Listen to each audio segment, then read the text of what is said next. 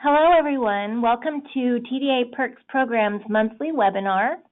Today's topic is navigating the new Texas Nitrous and Sedation rules.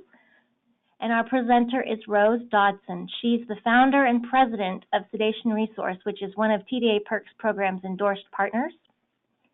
And I'm going to just take a second to show you our website, the TDA Perks Program website, where you can learn a little bit more about Sedation Resource and our other programs if you're interested later on. It's a really good source of information, articles, webinars, podcasts that are relevant to running your practice, anything from insurance to compliance and HR to marketing.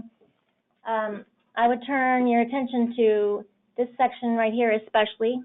Well, first of all, let me back up. Programs is where you can find information about Sedation Resource right here. If you just click on here, these are all of our endorsed programs, and this is Sedation Resource. Let's see, it's not rendering there. And right here on the top menu, you can also see resources, which is where all of our partners contribute educational articles that are helpful to running your practice, like I mentioned earlier, compliance and insurance and marketing and HR. Right here, if you go to articles and webinars.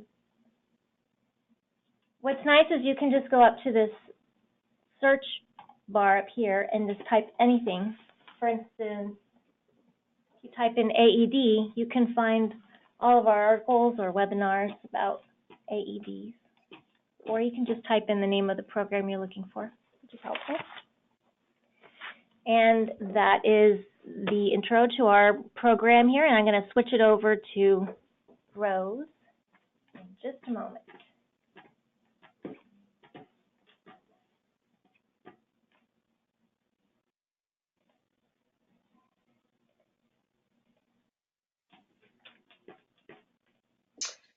Okay, are we ready, Teresa? We are. You should be. Got it. Coming up right now. All right, thank you guys for joining us. As Teresa said, my name is Rose. I'm very happy to spend some time sharing with you. Thanks for coming in and taking your time out of your busy Friday to join us. Hopefully you'll leave with a little more information about the topic than you came with. Let's see, there we go.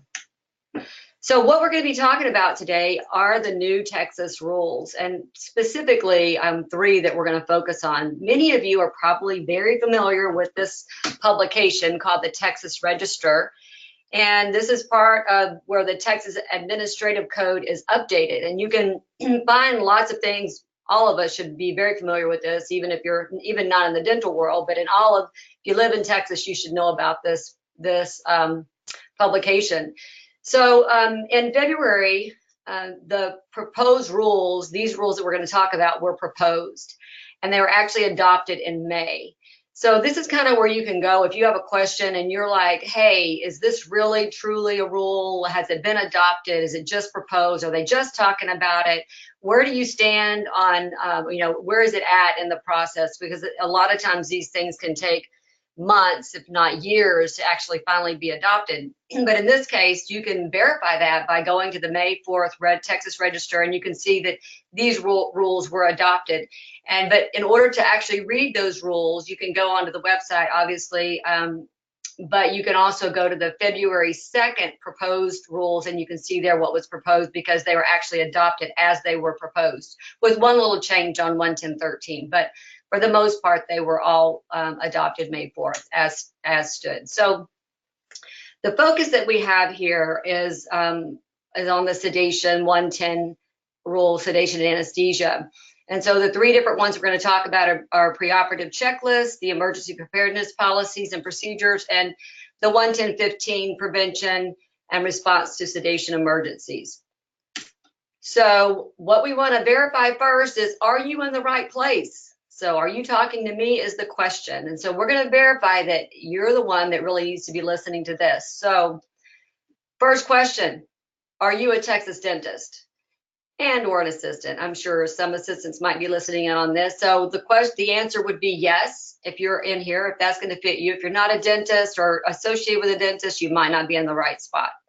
Then the next 5 things, if you answer yes to any of these questions, then you are in the right spot. So do you administer nitrous oxide? If that is a yes, then you're in the right spot. And then of course, level 1, 2, 3, or 4, if you have a sedation permit in Texas in any of those levels, then we're going to be talking to you. And this is information that you will want to have for sure. So let's talk about 110.13, the basics of the preoperative sedation anesthesia checklist. So first off, the dentist who's giving the nitrous or the sedation, you have to create and maintain a preoperative checklist. And then if you are delegating that sedation, you're only required to maintain it. So maintain, that means you're going to keep it in the patient's record. So if you have an outside sedation person coming in to give anesthesia, a dental anesthesiologist, or just someone that comes in to do some IV sedation for you, then they're the ones that would create the checklist, but you have to maintain it in the patient's record.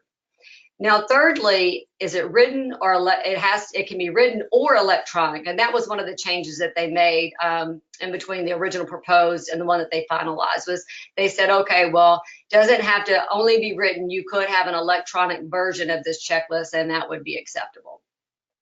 And then, lastly, you must verify that it is current and correct prior to administering sedation and anesthesia.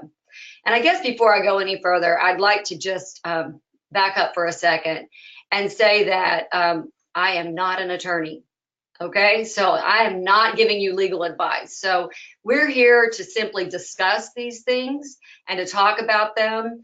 I have gone out and asked several questions of different people to clarify a few things. Some things are easily clarified and others are not. And I will tell you that just to go back, these rules and the entire sedation anesthesia 110 rule, it had the whole thing is being under review, and there will be other changes to things over the next 12 months. These 3 rules in particular have been adopted as they are, but there could be a few more tweaks in wording. But I just wanted to clarify that for you, that I am not an attorney, and we are here to have a discussion and to try to clarify a few things. But if you have other questions, you would want to probably seek the attorney or go directly to the board. So to get back to the preoperative sedation checklist, I call this the number 9 overview. And you can see here a list of things that you would need to have in your checklist. Patient's medical history. Now, from what my understanding is, this is a checkpoint. So it doesn't mean that you have to redo the patient's medical history on this form. It means you need a checkbox that says, see patient's chart, or yes, I have looked at it. And then, confirmation that you've given the pre-op and post-op instructions. Have you given the medical consults? All these things are checkpoints. Physical examination, anesthesia physical examinations, the pre-procedure readiness check, pre-procedure treatment review. So confirmation that you have done these things. So there's 9 things that you have to confirm, 8 actually, and then the 9th thing is that you have to provide documentation of any reason of omitting any of the above. Now, I kind of ran through these quickly, and there was a reason for that. I'm pretty excited about the next thing. And that is that there's really good news, and the TDA membership program has actually developed a practice compliance website, and they have a sample preoperative sedation anesthesia checklist right there available. So at the end, I'll show you a little bit of how to get to that, but that's a really great resource. Most of you, I'm sure, are TDA members. And so you can go and take advantage of this as one of your resources. You've got a sample of all of that, all of those 9 things right there put together in a nice checklist format for you. We have a lot to cover, so I'm going to jump right into the next one, 110.14. We'll spend a little more time on this. It's an emergency preparedness policies and procedures. So when you look at this, there seemed to be a lot of information here that needed to be gathered. And so I actually went to several different dentists, and some that were on the board and some that, are just people that I know that have been involved in sedation quite a bit. And I asked, hey, do you have a copy of an acceptable emergency preparedness policies and procedures plan or manual? And honestly, there's not really going to be a cookie cutter preparedness policies and procedures. And we're going to discuss why. So really the question that you need in your mind is that you need to have a plan. What's the plan, Stan? So you need to have a plan in place, and that's the main thing. This is not something that they're going to come around and knock on your door. And again, I'm not a legal person, but if you were to go before the board for anything, they might want to see your emergency preparedness policies and procedures manual. That can be requested. Where is that at? So what we're going to talk about is, what is that? We're going to talk about the basics of it. We're going to talk about the 5 must-haves in that plan that are required. And then I'm going to talk to you about some resources that you can go to pull this all together. Because one of the key things in this, when we start looking at the basics, and you'll see right there in the middle, or the second one down, it says that this has to be specific to your practice setting. And that's why we're talking about not being a cookie cutter plan. We're looking at something that's going to be specific to you. Your office that maybe only does nitrous, and you're a single story building with a storefront, is going to have a different emergency plan than someone who's in a multiple practice 10-story building, and you have 5 doctors on staff, and you've got a pediatric dentist and someone who's doing IV sedation. So everybody's got a different plan in place specific to their practice setting. One thing I will tell you, let's just go back to the basics at the very beginning. We'll talk about it must be written. So I'm pretty sure they're not talking about that you have to write it out in cursive. So it needs to be written. You can have it typed up and printed. There are some things that you'll want to write in dates and that sort of thing, but it does have to be written. You're not going to be able to have this in an electronic form so that it is in your computer and you're going to pull it up on the screen. You're going to have a written plan in place. So it's got to be you don't have to put it in a folder if you don't want to, but I would, in my mind, think of a 3-ring binder, and this is going to be a workable document that you're going to add things to as you see fit. So that's kind of what we're looking at, keeping the plan in mind, always having emergency preparedness on your mind. So we already covered the specific to practice setting. It must include emergency protocols, and we're going to talk about that a little bit more. Include emergency protocols for respiratory events. And so, of course, you have emergency protocols specific to required drugs and equipment required by your permit. So if you're a nitrous only doctor or practice, then you're going to have protocols in there. You don't need to have a protocol in your manual for giving an IV sedation. You're not going to have reversals for IV drugs because you're just giving nitrous. So it is what is specific to you, required by your permit. And then everyone must include emergency protocols for respiratory events. So that's for everybody. So you want to make sure you have those protocols in place. Procedures have to be reviewed annually and document any changes. So within your manual, let's just say you've got everything in place, and then you go to your sedation course that you're going to go back and do your renewal. Maybe you're at the TDA member program and they've got a course that you're taking. And Dr. Ernie Luce is the presenter there, and he goes over the rules and guidelines, and he talks to you about specific protocols for respiratory events, and you really liked his presentation and you wanted to get a copy of that and add it into your protocols. So if you added something in and you changed any documents, then you want to have a log showing that. So we reviewed this, we added document 115.3 showing a new standard for respiratory, whatever it is that you added, you have to document those changes.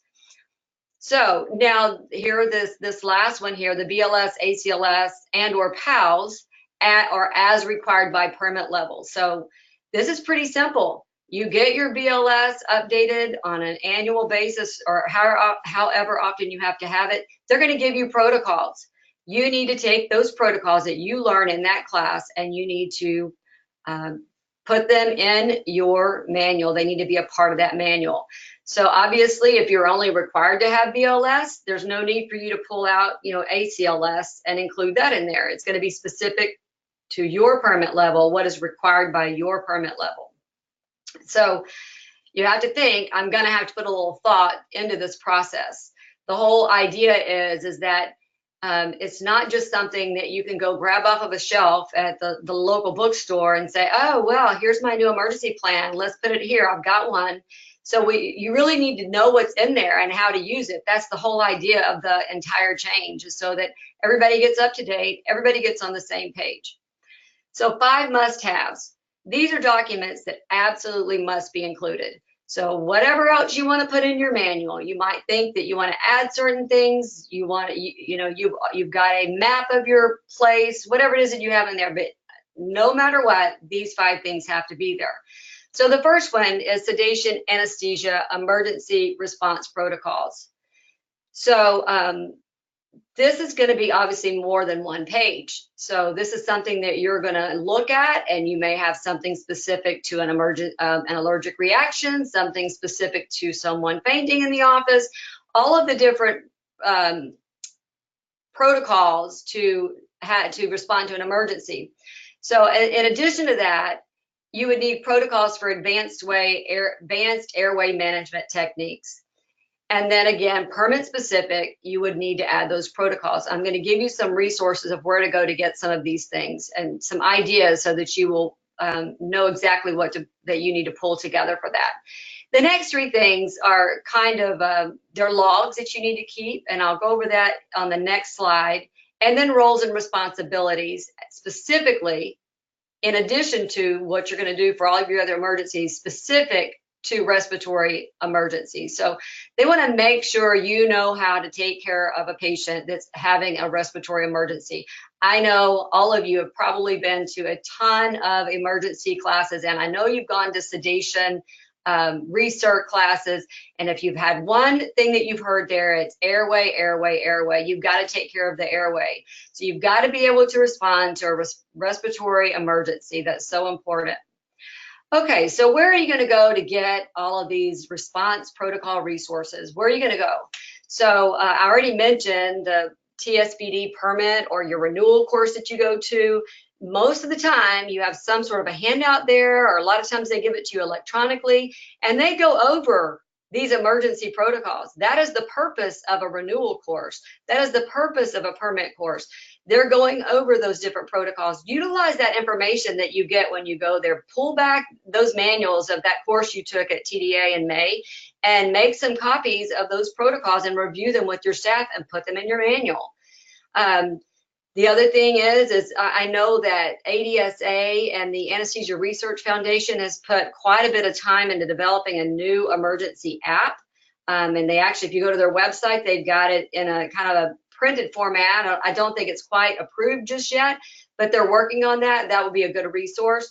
And Stanley Malamed and medical emergencies in the dental office. I know there's a lot of good information there. And again, I'm not a lawyer, I'm not an attorney, but I don't see any reason that you couldn't take a page from that book and include it in your manual if that's something that you have learned and that is something you're going to apply.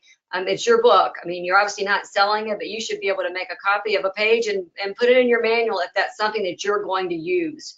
So you don't want to put stuff in there that's random, that doesn't apply to you, that you haven't learned, but you need to pull your skills in where you've gone, where you've learned, and make it applicable, something that your staff can glean from. And then again, your BLS PALS, your ACLS, if you're seeing kids 12 and under, you've got to have PALS. So that just goes without saying, you have to have that. So that puts you in a different level. If you're seeing the kids, you've got to have the PALS along with your BLS. So you want to pull in those protocols and add them into your manual.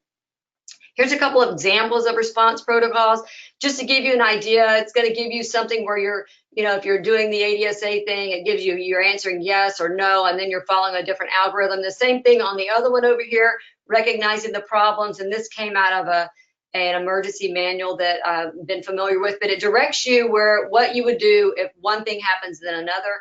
So these are a couple of examples that you might look at. Okay, the 3 logs. So literally, you don't need to make this more difficult than it is. We worked on putting these logs together. We haven't quite finished the polishing touches on them, but if you want to request them from us, you can.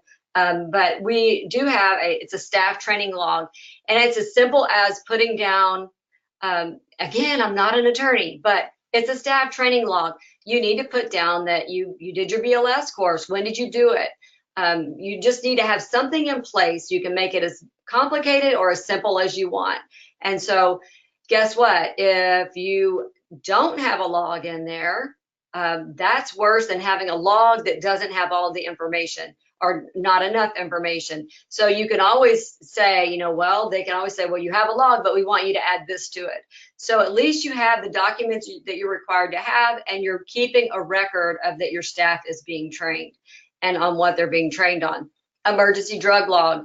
You're going to see here on the next section that we do that you're going to have to check your emergency drugs on a regular basis. So they want you to have a log showing when you're doing that. You got to have documentation that you're doing it. So it's not enough to say, oh, I did it. You need something that shows the emergency drug log. You have a drug. When did you get it? When's it going to expire? And to show that you're actually checking those expiration dates.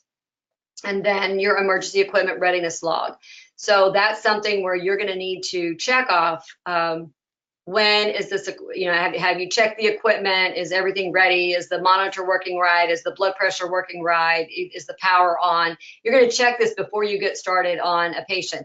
Now, I want to say there have been a lot of questions on, do we do this for every single patient? When do we need to do this readiness log? Is this yearly? Is it monthly? And I have to be honest with you, that question has not been answered by the board at this point.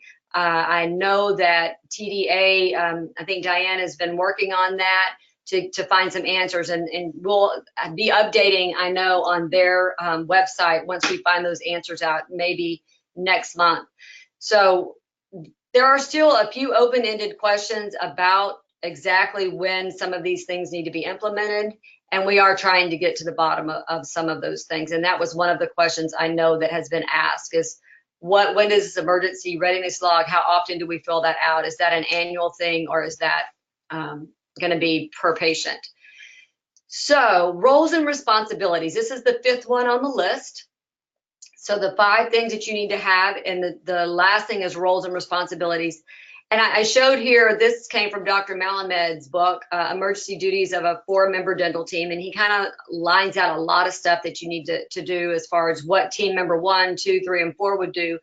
And you can make this as simple or as extensive as you want, but it needs to be something that you are planning to follow.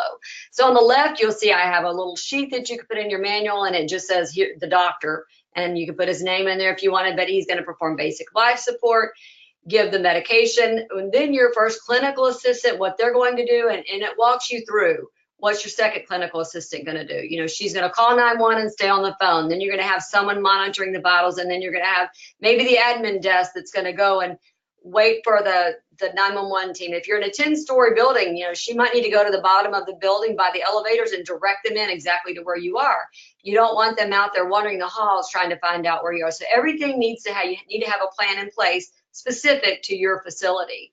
So this is, and then, but the roles and responsibility are who's going to do what, who's on first, who's going to do what. So you got to outline that, and that has to be a part of your emergency preparedness policy and procedure manual. Again, don't overthink it. It doesn't have to be a spiral bound notebook that you send off to a printer. In fact, in my mind, needs to be a working document where you have something that you can add to and document that you're adding or changing something as you go along. Okay, moving on, and we might spend a little more time here because this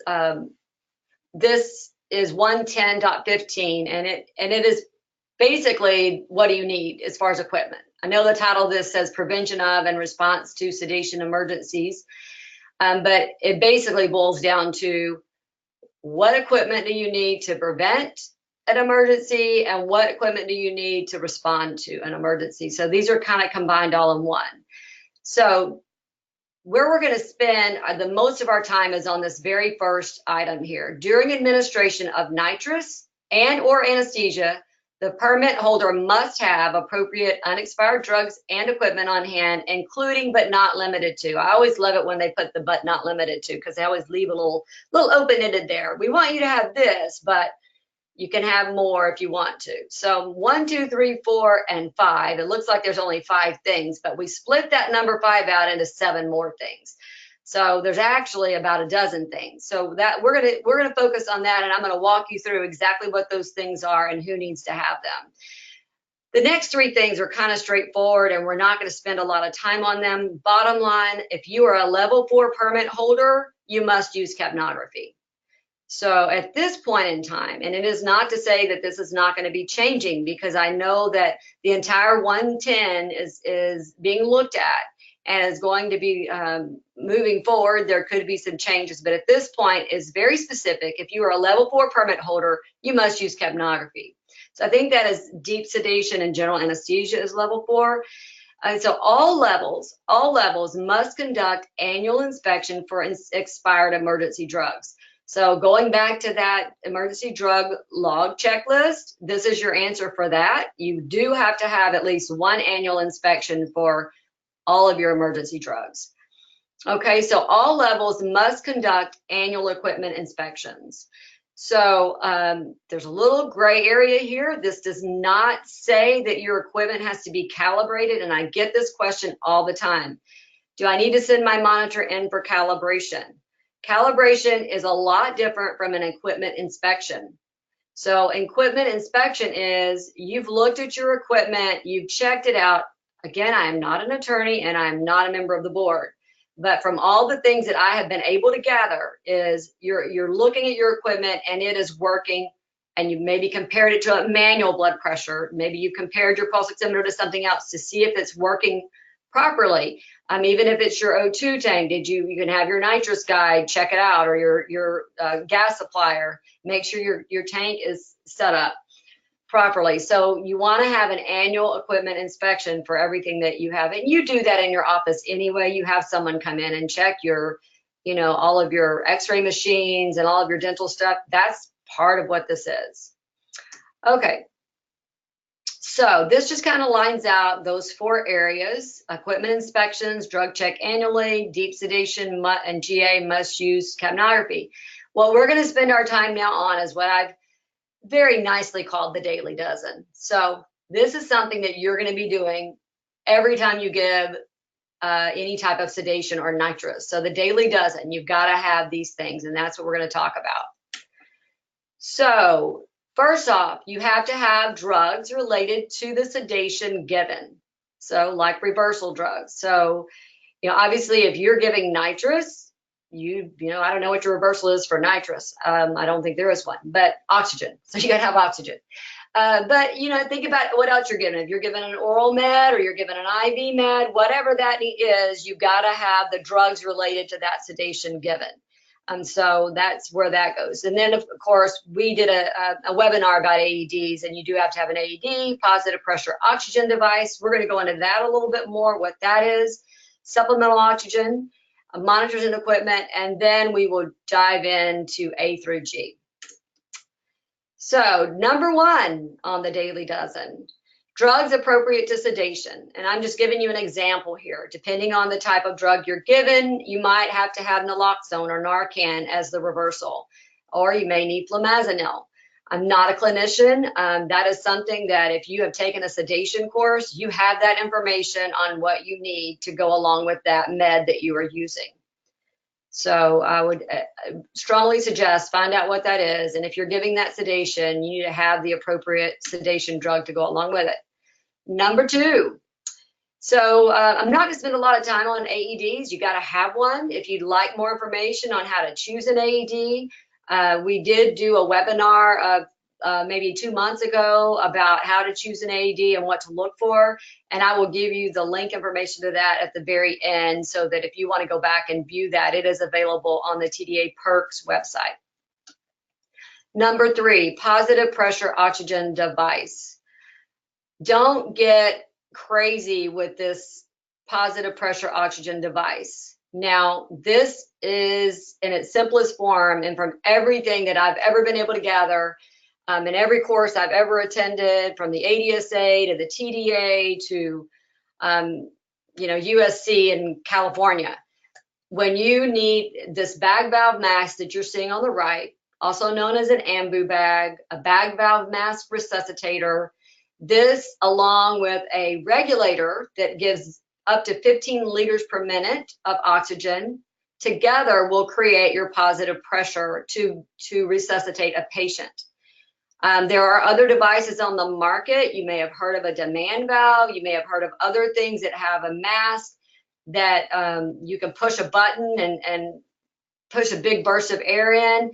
That will give positive pressure. However, you run a lot of risk of overinflating lungs. And so this will be sufficient in my mind. And according to everything I've read, I'm not an attorney. So I don't want you going out there and buying this and say, oh, well, Rose said that I'm just fine if I have this. It is a positive pressure device. These two together will create positive pressure oxygen. And so this is one recommendation for you. Secondly, is supplemental oxygen. Now I'm showing this here in a portable tank. Obviously you have supplemental oxygen coming. If you're giving nitrous, you have supplemental oxygen in your nitrous. So that is also supplemental oxygen. So as long as you've got a way to give that and you can give them straight oxygen, then that is supplemental oxygen. This number 4, now we're going to cover it in another slide where you do have to have a portable oxygen, but that's not necessarily what supplemental oxygen is only. You know, you can, the oxygen in your tank or in your nitrous unit, your big tanks in the back, those are also supplemental oxygen. Okay, number 5. Now, this is monitors and equipment. I knew I was missing a slide. Hold on. And that was a cool slide too. Well, this is, oh no, it's at the very end. So monitors and equipment. Sorry, I got sidetracked there for a minute. Thought I was missing a slide. So the very first one is a stethoscope. It's pretty simple and straightforward. It doesn't say what kind you need. This is a plain old-fashioned stethoscope, and this is what you're going to do for your auscultation, for listening to the lungs to see if they're clear, listening to their heart to see if there's any abnormality in the lungs, if somebody's got pneumonia and they can't breathe or whatever. So this is your stethoscope. A, very simple. Now B, we get an option. So on B, it's sphygmomanometer or an automatic blood pressure. So you can go with the old-fashioned manual BP cuff, or you can go with the automatic that you're just going to push a button and it's going to take your blood pressure. So you get a choice of these. You don't have to have both, but you get a choice. Now C is actually a pulse oximeter, and it does not specify in the rules what kind of pulse oximeter that you need to have. It just says pulse oximeter. So I'm showing you 2 options here. One is just a fingertip pulse oximeter on the left. There's no tones, there's no alarms. This is just something you're putting on the finger. I don't consider this a monitor. If you're monitoring a patient, it does give you a value. I consider it a spot check. On the right, you'll see it is a handheld, but it does have alarms and tones and that type of thing. So you could actually monitor a patient with a handheld that has tones and alarms on it. So that is C. And then the next thing that I want to show you is that if you already have a unit that is a blood pressure and oximeter device, it's a B and C combo, then this actually gets both of those things together. So that gives you your automatic blood pressure and a pulse oximeter all in one box. And so if you've already got something similar to this, then your B&C regulations are already met or could be considered already met. So moving on, D is oxygen delivery with adequate full face mask and a backup system. So I'm showing you on the left here, this shows you a nitrous unit. You can get oxygen out of there, and there's a quick connect over to the left, and then maybe you have an oxygen wall outlet. And this thing right here in the middle is actually an oxygen quick connect. So that plugs straight into the wall or straight into the side of your nitrous unit, and this allows you to put a cannula up on the end, and it allows you to put a bag valve mask here. So you have supplemental oxygen, and of course you can get the oxygen straight out of your nitrous unit, but this is just to give you an example. So this is your supplemental oxygen. You have to have delivery with full face mask. So what does that mean? So when you get a bag valve mask, and I'm just going to go back to that big picture we had here. So on this bag valve mask, you'll notice that there is a mask, and that mask is removable. So that is maybe an adult mask. When you buy a pediatric bag valve mask, you get a smaller mask. So if you're seeing kids, then you're going to need to have a smaller mask. So you're probably going to want to have a pediatric bag valve mask, which would give you appropriate full face masks. So you have to have something on there that's going to give them, be able to give them oxygen. And on the right here, you'll see that I have a portable system, and I just show a few different things here, but you'll see a nasal cannula, you'll see a non-rebreather mask. These are all different ways to deliver oxygen. So it gives you a variety there. So this is also showing you that it's portable. So you've got to have a backup system. So you've got to have the backup oxygen. So going back to that portable cart, okay, yes, you've got supplemental oxygen in your nitrous, but you've got to have a backup. What if your tanks are empty, or what if there's a leak in the hose, or something happens where that fails? You've got to have something that is a backup system to that oxygen. So you kind of get locked into needing something along the lines of a portable tank. Sometimes you've got smaller tanks. I like this e-cylinder that goes on a cart, and you can put all of your airway stuff in a bag and hang it right there with it and put it in the corner, and you've got it if you needed it. You might need it in the waiting room. You don't know. So those are good things to know and have. Now, suction equipment. Suction equipment to suction the oral and pharyngeal cavities. What the heck is that, right? And a backup suction device. So on the left, there's this fancy word called a yank hour. And this is used, you may have had a member of your family in the hospital before or whatever, and you'll see that they have a suction. If they need to suction someone in the back of the throat, this is what they use. It's like a little curved handle, and it goes to the back of the throat. It allows them to suction out the pharyngeal cavities. You all have oral suction devices. That's a no-brainer. So, but as far as you need something that will also do the throat area. So this is a yank hour. And I do recommend this particular one on the end here will not fit in your standard HVE, but there are adapters available, and you can buy some that are reusable that will fit on your HVE. They're a little more expensive. I think this one's like $2 or something, but the others are more like $50 for the metal ones that fit into your HVE. So just consider that. This is part of one way to be able to suction the oral pharyngeal cavities. I know we think about what is the equipment to do that. So it's actually not something that is additional. This is just one device.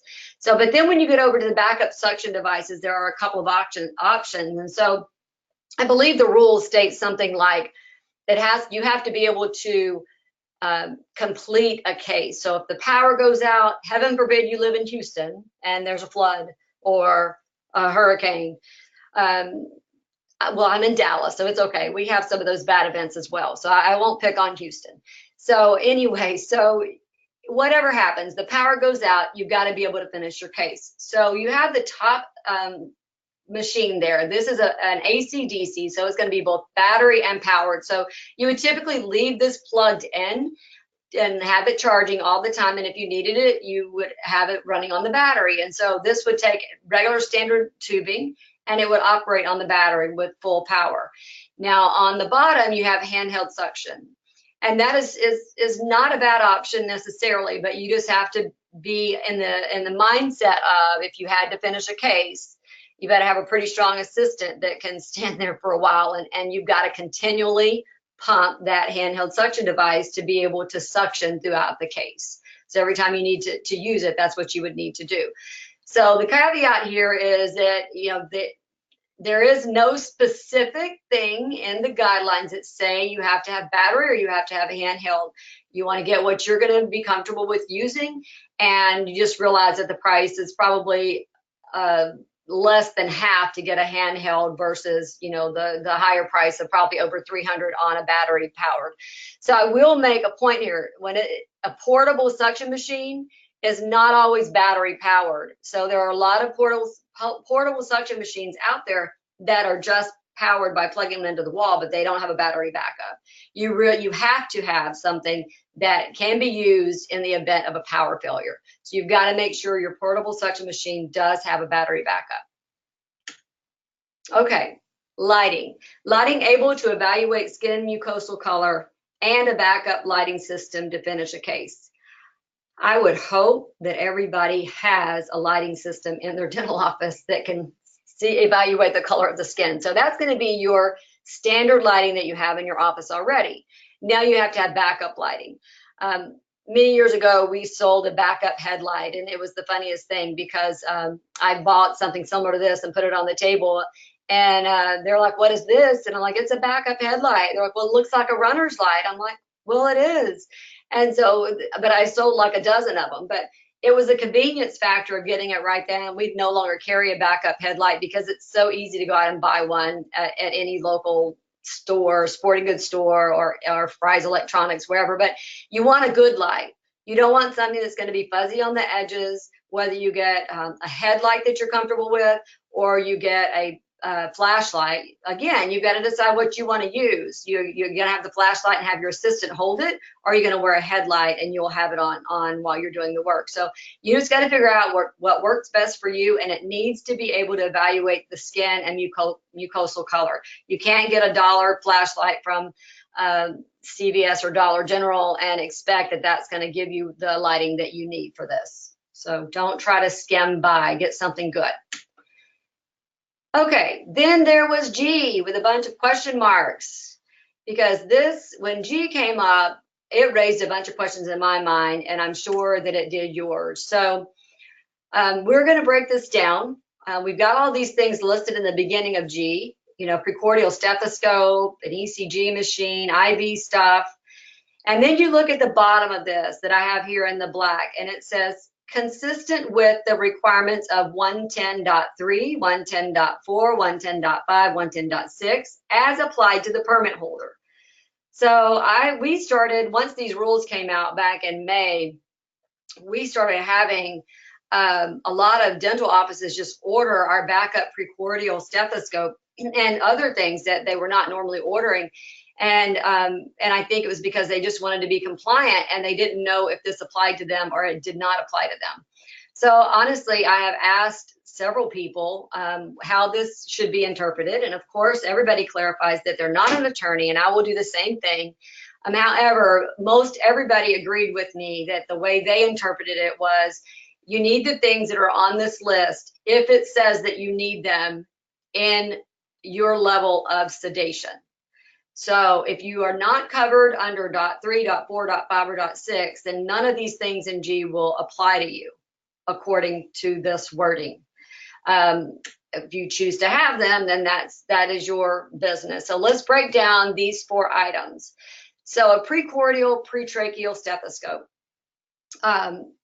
Many of you may never have heard of this. If you're only doing nitrous, you might not even, it might be terminology that you're not familiar with, but precordial is before the heart, pretracheal is at the pretracheal notch, and all that we're doing here is listening to breathing. And so on the right side, you'll see ear molds there, and that's like traditional old school. The anesthesiologist would go get their ear molded to specifically fit their ear and get tubing, and they would connect it to these really weighted bells, and they would stay in place and listen to the breathing. These would stay in place with double-sided discs. Anyway, you'll see in the middle here, this is kind of a disposable on the right with the yellow ear thing, and that connects to the bell. In the simplest form, this is a pretracheal stethoscope, and you can literally just order the disposable tubing and 1 bell, and that is a precordial stethoscope. We do have this entire little kit available, and it has a reusable, the one with this little pink earpiece there. That's something that can be wiped down with alcohol and can be used multiple times. So I think this little kit's like less than $50. So just to give you a general idea of cost and what you're looking at, and it shows on the left here, that's where it's placed and how it's placed. So you can imagine with the tubing there in place that it can be cumbersome, and you turn your head and it comes out of your ear, those types of things. But we have gone on to develop in the market a Bluetooth version of this that is amplified and also wireless. So you just have a Bluetooth headset, you can put it on a speaker if you want, but that allows everybody to be involved, or allows you to be involved. And if you stand up, it's not going to come out of your ear. If you turn around to do some charting, you're going to still be listening to the patient. So remember that airway, airway, airway statement. This is all about the airway. These are tools that you can use to help you listen to. So if you remember at the beginning of this rule 110.15, it didn't just say equipment. it actually, and it also talked about needing to be able to monitor respiratory. It also talked about preventing an emergency. So these are some things that you're going to be using to prevent an emergency. If you can hear the airway, listen to the airway, you can prevent an airway emergency from happening. That's the concept of this device. Okay, advanced airway device. So obviously, this is not for everyone, and you need to look at your rule and see if it applies to you. But if you're at the level of ACLS or PALS, then I can almost guarantee that this is going to apply to you. So that's kind of one way to look at it. If you're only a BLS provider, it may not apply to you, but can guarantee that if you're PALS or ACLS and you're required to have those things, then this is something you're going to want to get some information about. And this just shows you two forms. There is another device called a laryngeal mask airway. This is a type of a tube, a King LT, and on the right are iGels. These are blind placement devices that don't require any inflation. They're pretty popular, actually. So if you want more information about those, you can get with us. But that just gives you some examples of advanced airway devices that you can consider. And then the third thing is IV fluid administration equipment. So kind of a no-brainer. If you're giving IV sedation, you're going to be one of the ones that fall under this category. However, you want to look at your guidelines, and there are others that do require this. And so I have outlined here what I envision as being IV fluid administration equipment. This does not mean it is the be-all and end-all. That would be up to your discretion to decide what you think you need. I did not put the fluid here because in my mind, equipment is equipment. An IV bag is actually more like a drug or more like fluid, and they're very difficult to get. But anyway, this kind of shows you what the equipment looks like, and it doesn't say that you have to have the actual fluid. It does say that you need the equipment. So this shows IV tubing, IV catheter, and all the different things, you know, the tourniquet, that type of stuff to be able to use. Now, simply put, if you've got a friend who does IV sedation and you're doing oral sedation, oral moderate, and you have to have an IV administration equipment, why not go get a few items from him and put together a little kit for yourself? So I think we do sell some little package like this, but it's easy enough. I think a lot of people do pull it together from other resources. Okay, and then finally, electrocardiogram. This is one of the ones that I kind of laughed about because it's like, if I was a nitrous permit holder and I read through those rules and I'm like, great, they want me to have an ECG now just to do nitrous. Well, I don't feel like that is the case, according to everyone that I've talked to. This is still the same rule that it's always been. And I do know that if you are giving any type of parenteral sedation, then you will need to consider having an electrocardiogram or an ECG. So these are going to all be built into a monitor. You're not going to get a separate one. So if you have a monitor that doesn't have it on it, then you're probably going to need to consider upgrading to a unit that does. And so this kind of shows you what that looks like. So for those of you who have been thinking that they're going to go out and have to buy an ECG, I would just double think that before you run out and spend all that money. Check your, what are those numbers? 110.3, 110.4, 110.5, and .6. Now, I will say again, this 110 rule is being looked at. So these are some things that have not changed yet. You could see some of these changing over the next part of the year, but I would just take a look at it and see if you've got any questions. I'm more than happy to try to clear that up for you. You can shoot me an email and we'll see what we can come up with. So, well, I want to finalize here with sharing some resource links with you, and thank you for actually letting me share all this information. Hopefully it's been helpful. But we talked about earlier about the preoperative checklist, and if you go to tda.org, you will go under your member resources and then look at practice, and I've got this backwards. It's actually a practice compliance website. I put it on there wrong, but it's practice compliance website. And it will require login, but it is an entire website that is dedicated to frequently asked questions about the compliance. And they're going to be updating that as things come across so that you can go there and see what the new changes are. And so we're kind of working together as a team to figure out some of these answers to your questions and putting them there on the frequently asked questions page. And then on top there, the AED webinar, and then also this webinar, Navigating Nitrous. If you want to go and look at those later, you can see that if you need some more information on AEDs, or if I know that this particular webinar was full and they had to cut off some of the people that wanted to join. So this will be available, I believe, by the middle of next week on the tdaperks.org website. And again, you can go under resources there, and that's where all of their webinars are listed. They just do a fantastic job with getting this information out, and I'm really happy to be a partner with both of these groups.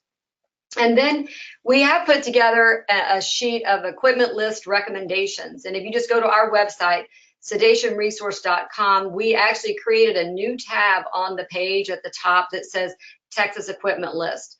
And when you go there, it's going to take you to a little blog page that I have, and you just put in simply your name, your email address, and choose your level of sedation, and then we will send over to you your equipment list. Now, I'm going to give you a word of caution here that today is Friday, and I did not finish exactly my equipment list. So it may be Monday before you get your list, but go sign up and shoot that email over, and we'll have you in the queue, and we'll get you the list that you need so that you can kind of see what are things that are recommended to cover you on this. I'm not an attorney. Let me say that again.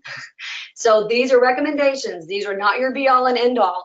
Once you get your stuff in, you have to be comfortable that you are following the path that you need to go. And if you have any questions in your mind about whether or not you are meeting your requirements, then you want to have your attorney look over what you are doing just to make sure. So thank you so much for having me. And Teresa, I'm going to turn it back to you. Okay, well, I really don't have much to add. I think you covered everything and all the resources that we can refer to if we have further questions. And I think we're running short on time. So, and let me see if there's a thing here that, yeah, looks like we are running short on time. Rose, did you want to add any final thoughts? I think you pretty much covered it also. Yeah, I think I did. I know there are probably some questions that I did not get to, and we don't have time for the Q&A here today, but please feel free to shoot me an email. And, I didn't put my email up there. TexasRose@sedationresource.com. You can shoot me a personal email, or if you want to go to our website and click on that link, it's info@sedationresource.com. But if I don't know the answer, I will try to direct you to the right person who can get that answer for you.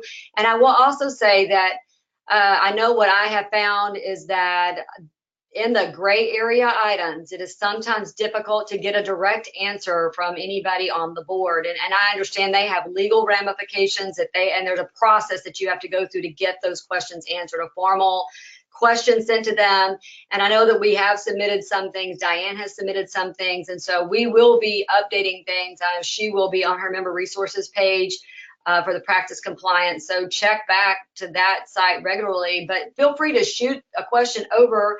And like I said, we'll add it to the list of what we're trying to get answered if we don't already have it on the list. Hopefully that's helpful. That sounds great. And just to remind everybody that this webinar was recorded and it will be available on our website from our homepage, actually tdaperks.com. And you can access it and watch it anytime you'd like. For review. Oh, I put the website wrong on there, didn't I? I put .org. Sorry. Oh, that's okay. Yes, it's tdaperks.com. Okay. Thank you, guys. Thank you, everyone, and I hope you have a good afternoon and a good weekend.